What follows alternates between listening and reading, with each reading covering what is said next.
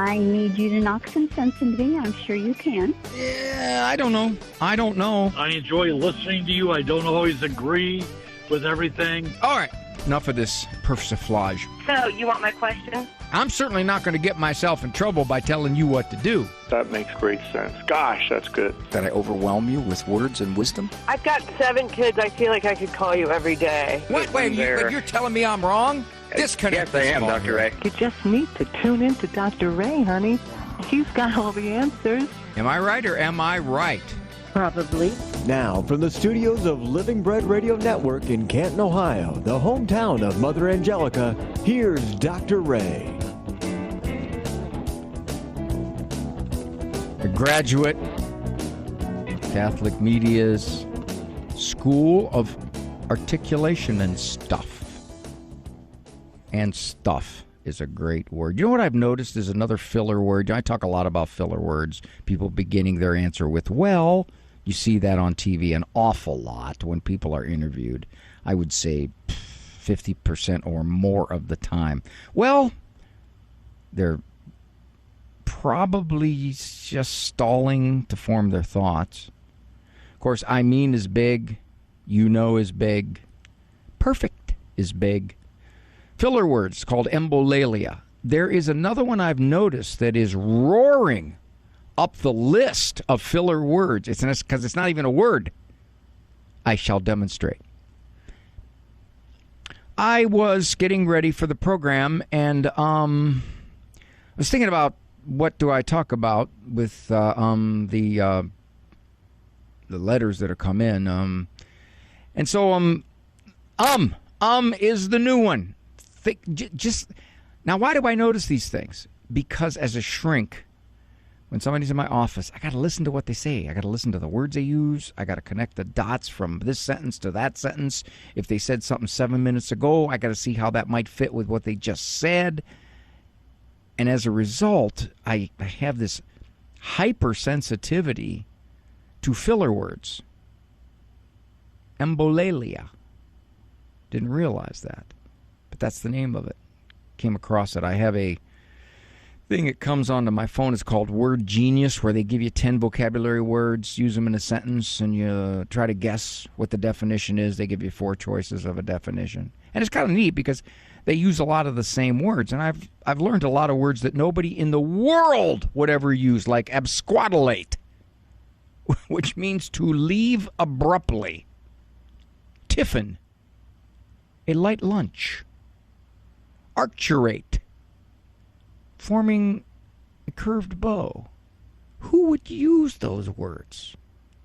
I'm just waiting for one chance to slip them into a conversation. This is E-Person Monday. I was looking at the E-Persons. We'll get to those in a moment. Some are cute. Some take me to task. That's okay. As you get older, your perceptions change, right? About things, about people. Classic example of this was something that Mark Twain said later on in life. When I was 14, I could barely stand to have the old man around. That was his words. I could barely stand to have the old man around. When I was 21, surprised at how much he'd learned in 7 years. The translation to that, of course, is how much Mark Twain learned as a young adult in 7 years. We change. We change in our ideas. We change in the way we look at things.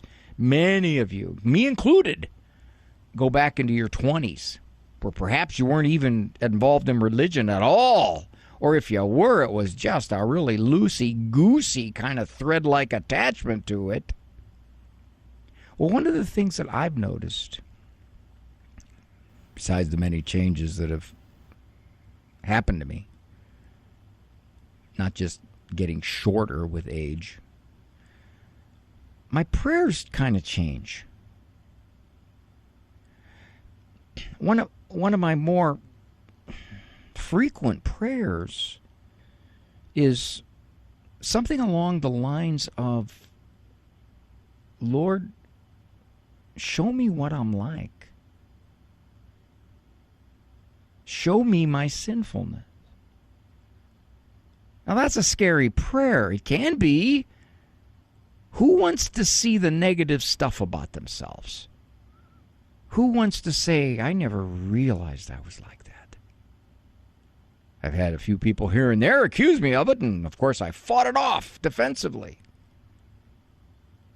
But now I realize I got to see what things that I could change to walk closer to Christ.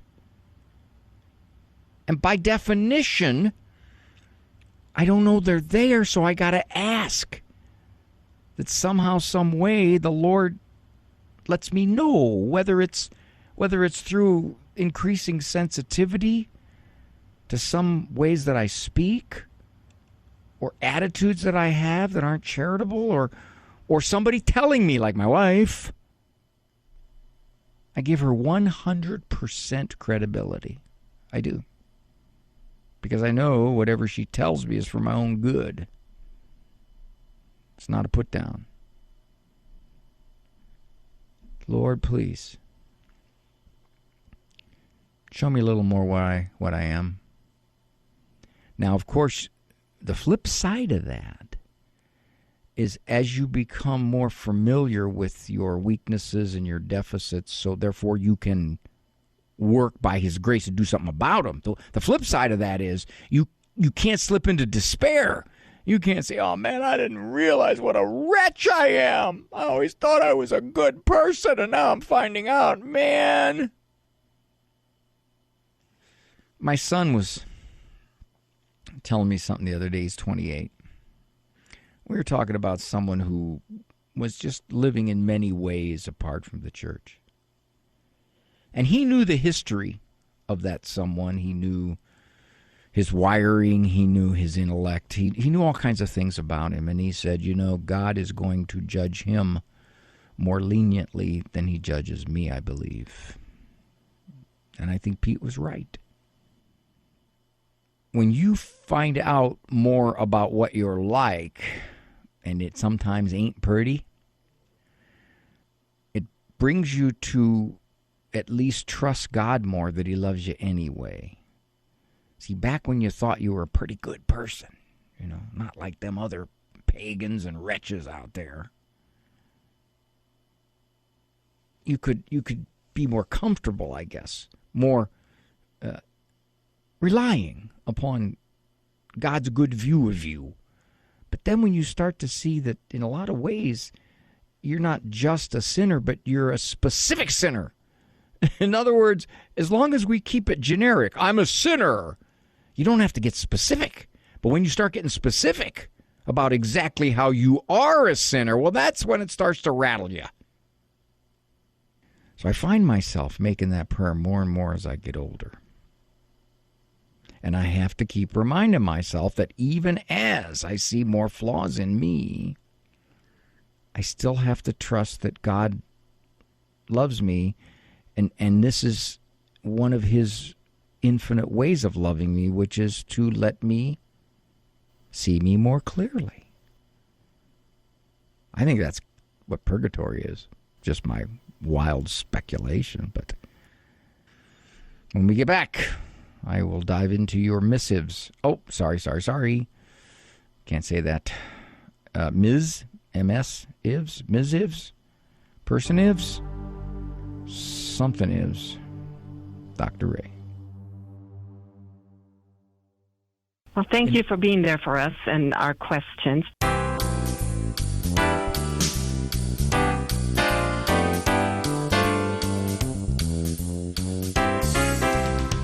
One of my rules, of course, on the days we have call-ins, is if you disagree with me, you're put straight to the front. And if you disagree rather hostily, you're put straight to the front even faster. That rule applies to ePerson Monday. You don't necessarily have to disagree with me to get pushed to the front. You can correct me and get pushed to the front. And a listener, and I've gotten e-persons from this gentleman before, and he's a great listener. He titled it, Oops. Hi, Dr. Ray, you made a mess. of your literary reference today. I think I was talking about, if I remember correctly, that if there is no God, everything is permissible.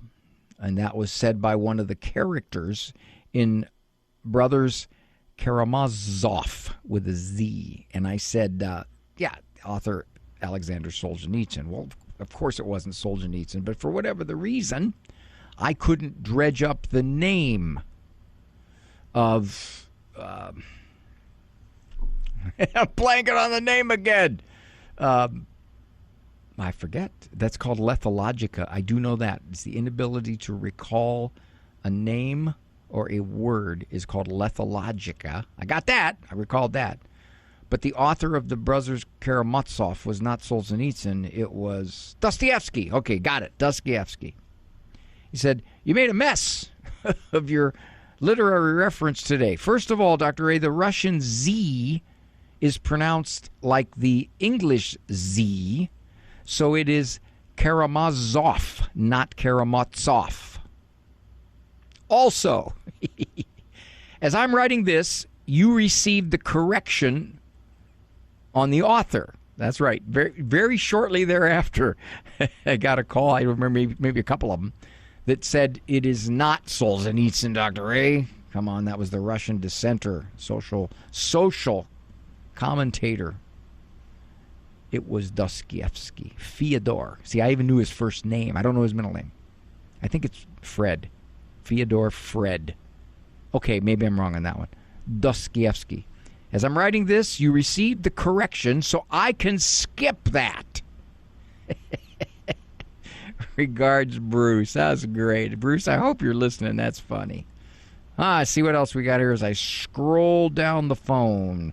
From Dr. Ray, do you have a book that would help parents with entitled 18 to 24-year-olds living at home?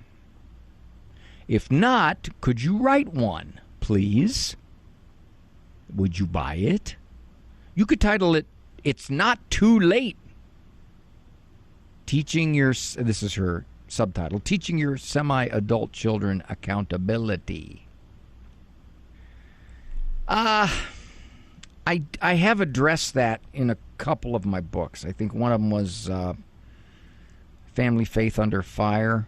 I think there was a question there regarding what do you do with a kid who's living at home and is either uncooperative or is drifting. And I talked about that in my book, Taught by 10.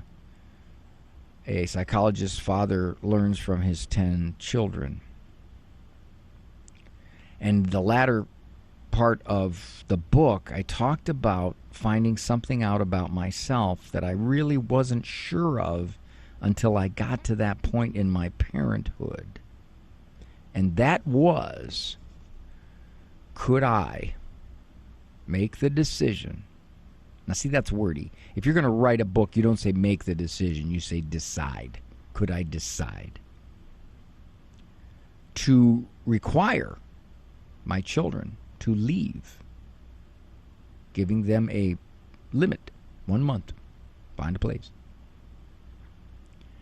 if they were uncooperative or thought they just were too grown up to listen to Dad's expectations of their behavior. Obviously, they're not 9, so I'm not going to treat them like 9-year-olds, but there are certain expectations for respect, for cooperation, for help, for carrying their own load, paying their share, those kinds of expectations. And if not, would I be reluctant? Would I be nervous? Would I be scared about saying, you got to figure out how you're going to live on your own? And I found out that I could do that. And the reason I could do that is because I didn't want to hurt my children. Dr. Ray, that doesn't make any sense. Aren't you worried about hurting your children if you make them leave? No, I think I would hurt them more by allowing them to live irresponsibly and uncooperatively in my home when they're young adults. And all that would happen is that they would continue to live that way if I couldn't influence them to be more cooperative and more pleasant. Now, fortunately, my children were not unpleasant. They were not disrespectful, because that was something that my wife and I took an incredibly strong stance against, backed by heavy consequences for disrespect. But at the same time, there are certain responsibilities expected of a 20-year-old or a 21-year-old. And if you meet them, then I will help you as best I can. My one son stayed at home till he was 26. He was in college, and he was very cooperative and pleasant. And, of course, so wasn't unusual. So given all that, a parent has a decision to make. And it's happening more and more commonly. I have more people coming to my office asking, what do I do about this child who is acting this way? Sometimes it's just a matter of drifting. There isn't a whole lot of friction, but there is a passive refusal to grow up. Perhaps being content with an 18-hour-a-week job, giving enough money that they can pay for their phone and use mom and dad's car. And sometimes it's just overt resistance. It's overt hostility or disrespect or argumentativeness and unpleasantness that just makes the whole household bad, especially if there are younger children watching all this. This is the oldest child, and all of a sudden, things have changed. When you get 18, I suppose, you can treat mom and dad and everybody else this way. Well, I'm 13. I only got 5 more years till I'm allowed to do that. So the parent has to make a decision, and I got to tell you, in my experience, most parents are very scared about that decision because they're not sure what's going to happen. Where's the child going to go? Where's he going to live? How's he going to live? Who's he going to move in with? What kind of wrong things could he get into? The parent's very afraid of this. So what happens, the trajectory is they tolerate, and there's friction, and there's angriness, and they tolerate, and there's friction and anger until they've had enough. And then at age 25, they take a stance. And a couple of things happen. One, an awful lot of ill will has been built up over the years. Back when this child was 19 and uncooperative, the ill will didn't have quite the history. It's got 6 more years of history now. That's one. 2, the relationship has really deteriorated. It was salvageable when the kid was 19. He's 25 now. There's a lot of deteriorations taking place.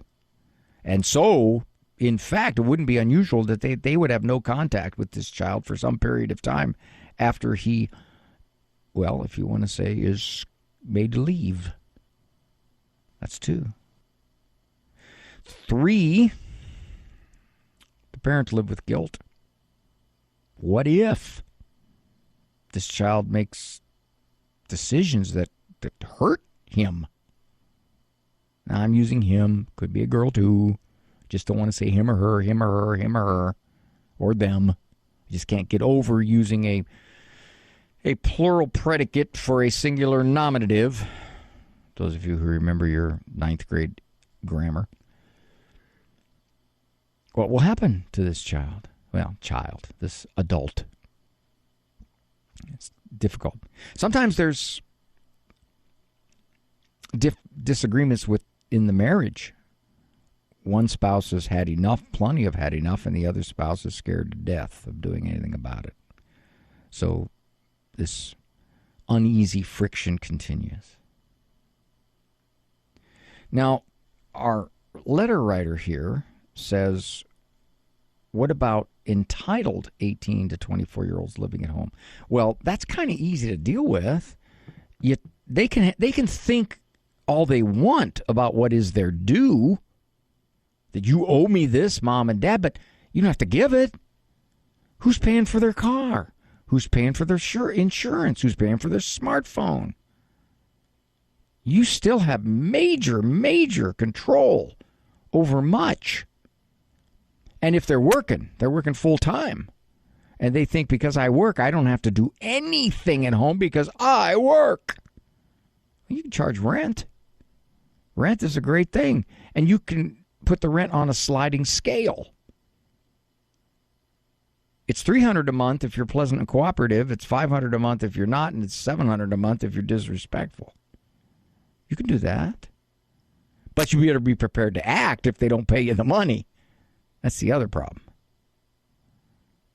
They'll give you your $200 because they don't think they're irresponsible or disrespectful, but you're the one who makes that decision. I think the question here for our letter writer is, how do I change their attitude? Even if I change my behavior so that I do not acquiesce to the entitlement, how do I change their attitude? Well, the first step is to not feed into the entitlement. That's the first step. The second step is going to be life. They're going to have to find out from life that when they go out there and they're not willing to work, or they get frustrated at their 7th job now because they just didn't like the boss, or they didn't like having to get up, or they started missing too many days, they're going to find out they can't have the things that they want to have that mom and dad have spent their life accumulating. They aren't going to get that 62-inch TV set. That's not going to happen. Well, I was going to say they can't afford it, but they're so cheap now. They'll find out. They'll find out from life. Dr. Ray.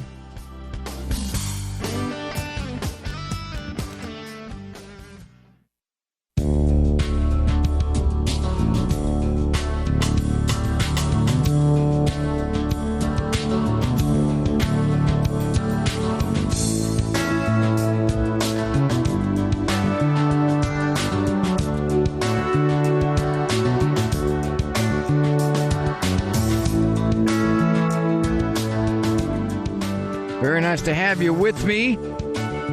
Dr. Ray Guarendi, this is E-Person Monday.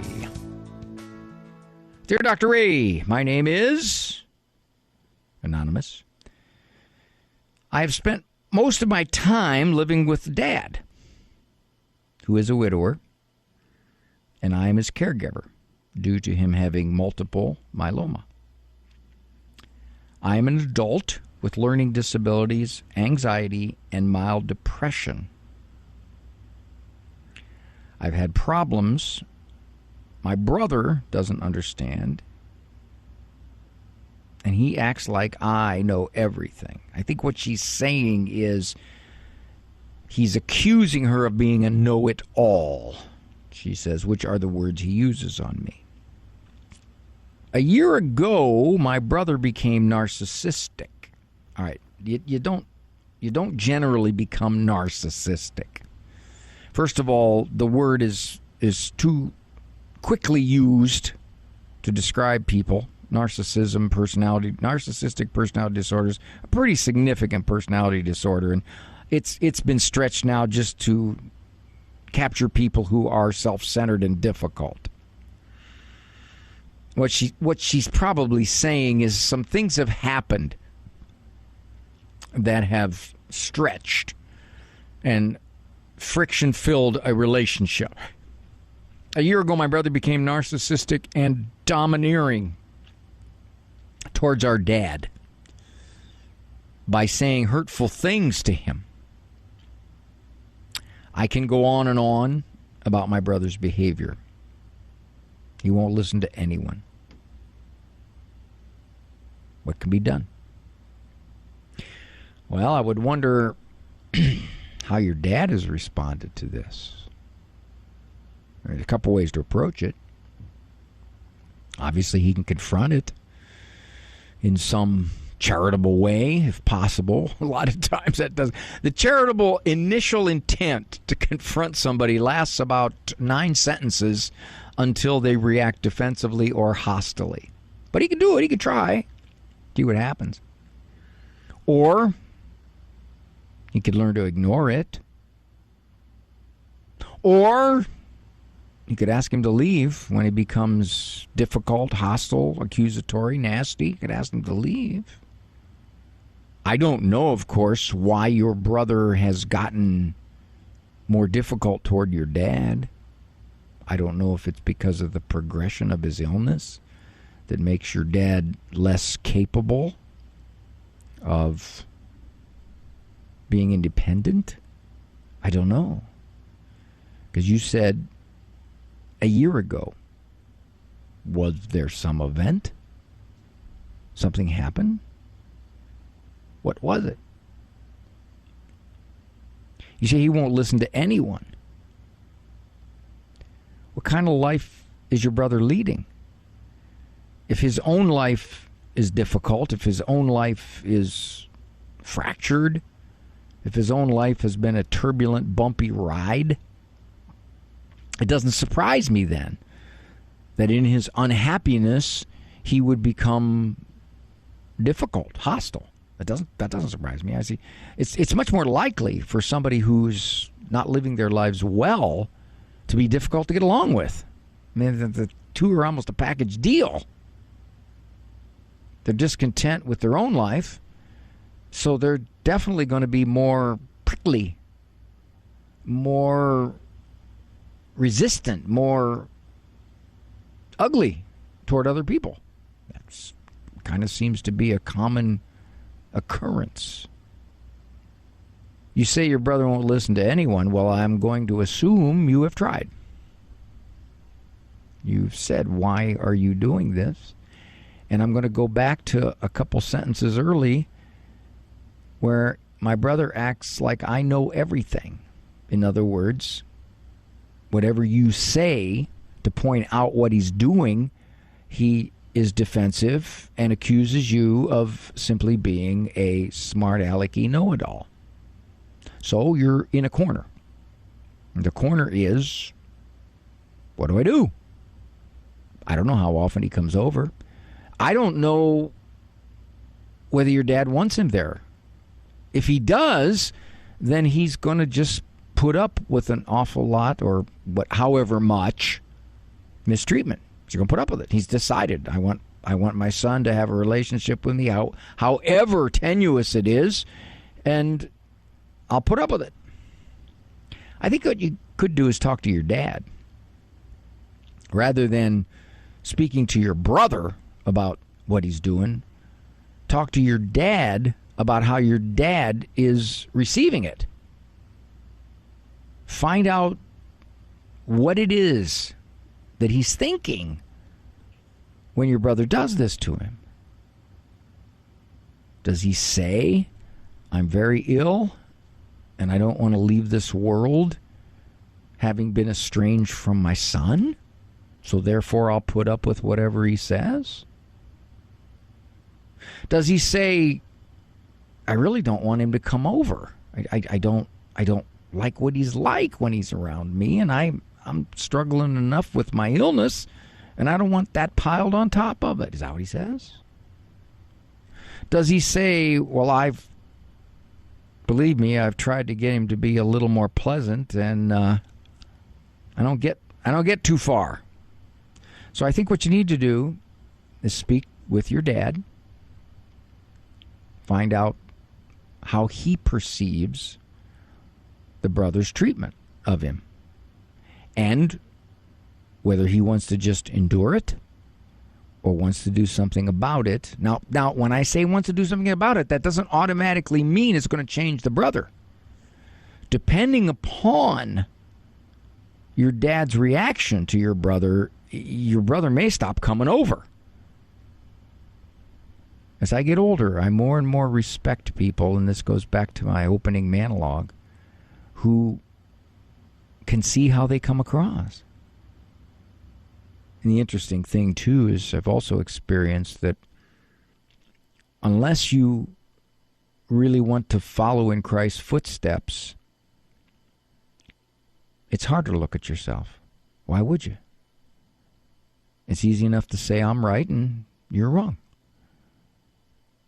Unless the virtues that Christ wants us to have force us to look at ourselves and say, gee, I'm doing that to my dad. Shouldn't be doing that. No matter how difficult he is, he's my dad. I'm supposed to honor him. If that's not there, if the attitude instead is, well, my old man's a pain in the butt, and I'm just going to let him have it when I come over here, and besides that, I don't like the way he raised me, and I don't like his personality. And therefore, I'm entitled to say it. Well, if that's your brother's attitude, I don't know where you're going to go with it other than setting up some terms and see what he does with them.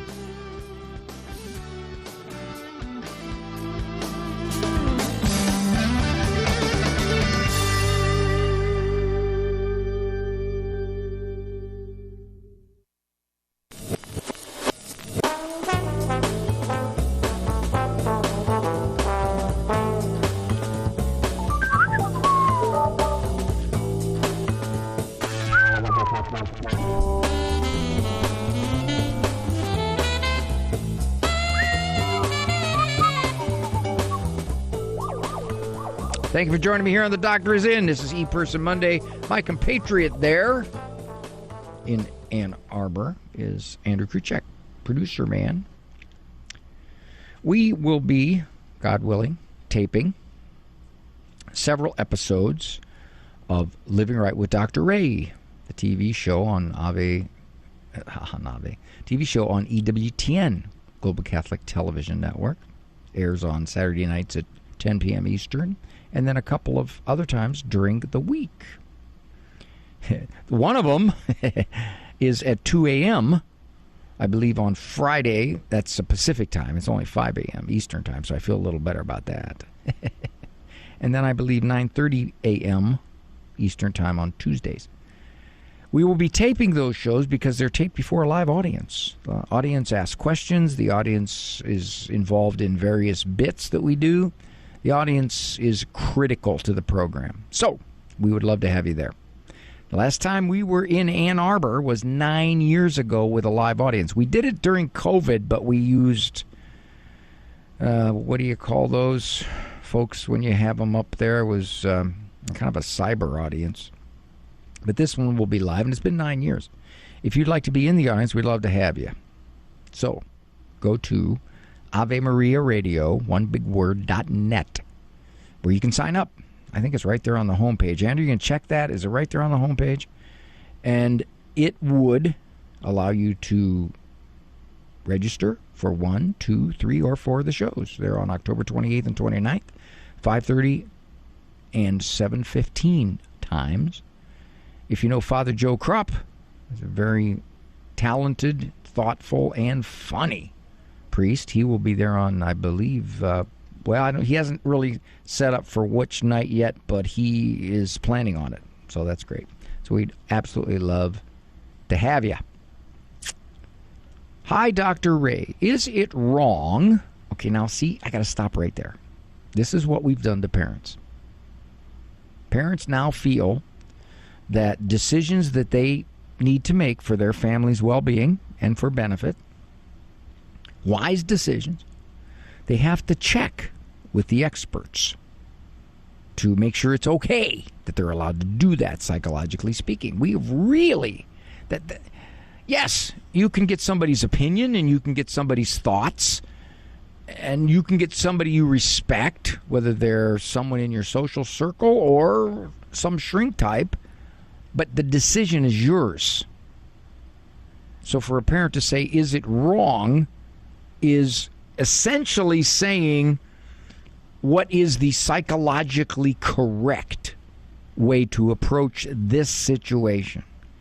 And the irony there is, you take 100 shrink types and you ask them this question that you're just about to ask, you're going to get a whole bunch of different answers. A whole bunch. Especially on this topic. Absolutely, there's no doubt in my mind. But in the end, the decision's yours. Is it wrong to choose to homeschool one of your kids for high school because there are trust and communication issues? Now, I think those are code words for behavior problems. Code words for this is a kid who's pulled some stunts. This is a kid who needs monitoring. This is a kid who's maybe easily influenced by the peer crowd. This is a kid who gets into things with the peer crowd, a whole bunch of possibilities here.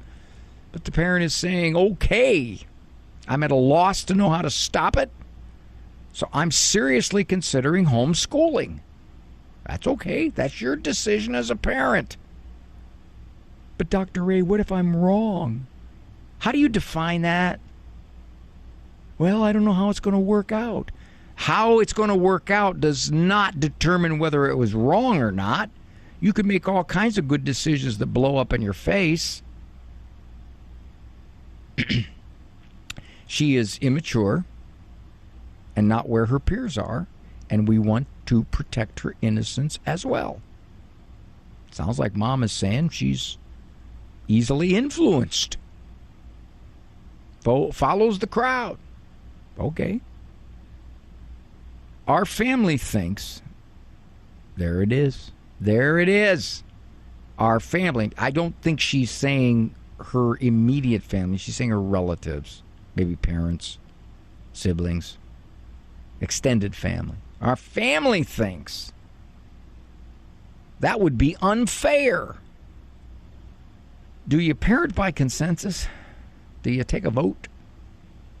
Well, let's see. We've got 9 people who say don't do it and 2 people who say do it. However, the 2 people who say do it are Mom and Dad. Those are the only votes that count. Our family thinks that would be unfair, that she would be the only one homeschooled. Okay, apparently there are other kids here, and they're concerned about this one being particularly influenced by the peer group. Maybe she's already done some things that make them very nervous about how easily she can be pulled along. And our family also thinks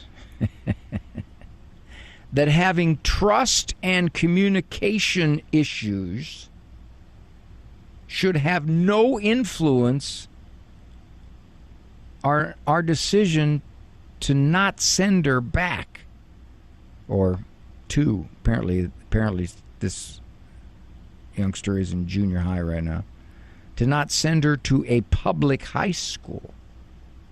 So the family says, because you can't trust her, because you really can't know communication issues, what's going on, that she could be particularly deceptive or sneaky, that is not a reason to homeschool. No.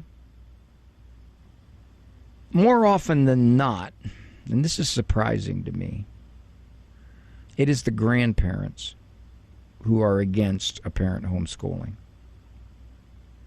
For multiple reasons. The more common ones are, you went to public school or you went to private school and you're fine. Are you saying we did wrong? I think that is a theme underlying some of it. Another theme is the kid's not going to be normal. The kid's going to be a weirdo. Well, the question becomes, the whole socialization process of public school, is it on your side or is it against you? In many respects, these are not the same public schools in their approach that your parents went to. Your parents went there 50-some years ago. Radically different school environment. Not only from the administration on down, but from the peer group. And they're still in a bit of a time warp. School was the best time of my life. I loved high school. I did too. I actually had a great time in high school. But that was a long time ago. The high school environment now that our kids go to, in many respects, is not a good one. So if the parents are saying this particular child is one who is easily pulled along down some self-destructive or hurtful paths, and we want to forestall that, that's their decision. But you see, they're second-guessing themselves. We homeschooled our 10 kids. Now, I say we because I helped. Oh, yeah. I remember one of the times my son, he was, I think, in 7th grade, dropped a pencil. And I said to his younger brother, would you pick that up for your brother, please? So see, I did my fair share. Okay. We homeschooled.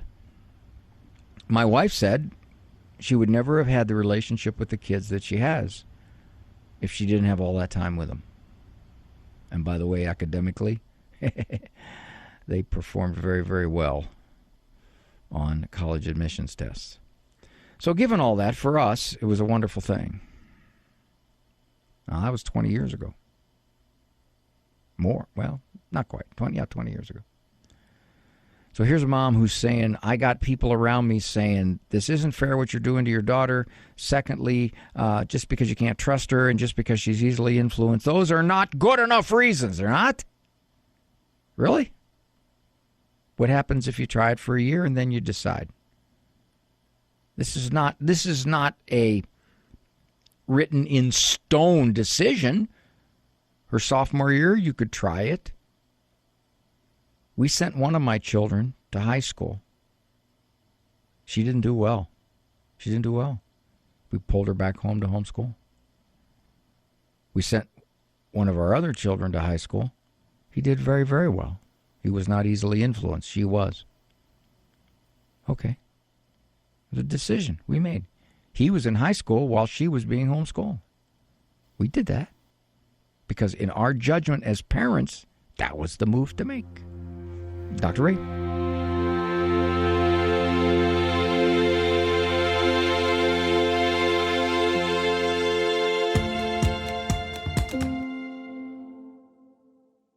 I know you don't tell people what to do, and I think that's okay.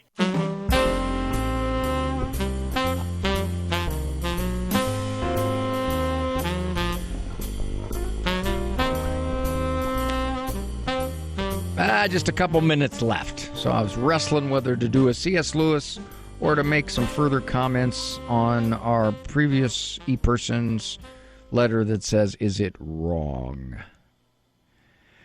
When I first got out of grad school, I had an internship prior to graduating at a place called the Columbiana County Mental Health Center in Lisbon, Ohio. And I stayed there. They hired me on after the PhD and after the license. I stayed there. I was there for 10 or 12 years.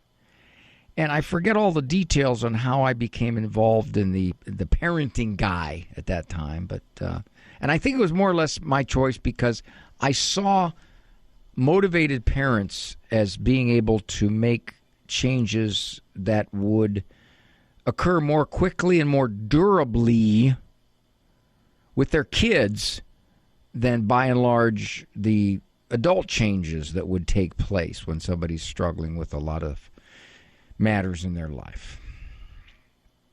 Over the course of, let's see, over the course of about 3 to 4 years at the Mental Health Center, having talked to many parents, I was rather surprised at certain themes that were coming through. And these were from parents across the spectrum, from very good parents, professional parents. Matter of fact, professional parents were probably the ones more likely to be caught up in this particular parenting quagmire. And I noticed that there was a lot of insecurity. There was a lot of, am I doing something wrong? How do I know I'm psychologically right? Second guessing, uncertainty.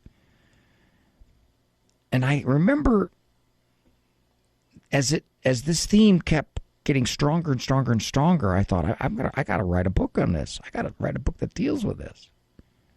It was a phenomenon that I hadn't really heard a whole lot of. This is a long time ago. I hadn't really heard a whole lot of among my profession. My profession was more or less, we have the psychological answer, so listen to us, as opposed to all of our voices spinning in parents' heads, making them unsure of themselves and second-guessing and lacking resolve and losing authority.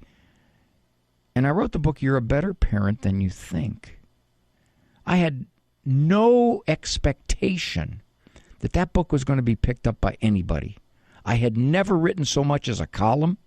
I had never written anything in a small paper. Here I was, some no-name psychologist in a small mental health center in a tiny town in Columbiana County, Ohio, sending off a book with this theme, bringing confidence back to parents.